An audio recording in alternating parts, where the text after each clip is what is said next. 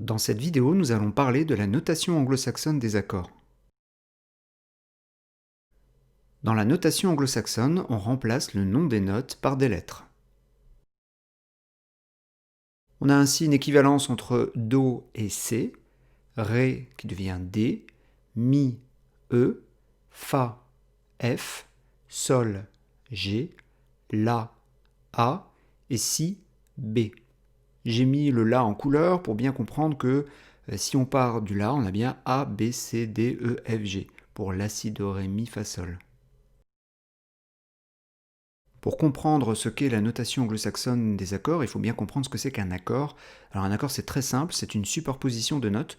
Sur un piano, ce sont plusieurs notes jouées en même temps.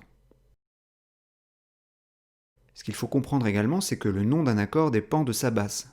Si par exemple on a l'accord Do, Mi, Sol, il va s'appeler l'accord de Do, puisque la basse est un Do. Et à ce moment-là, dans la notation anglo-saxonne, on sait que Do égale C, donc c'est un accord de C.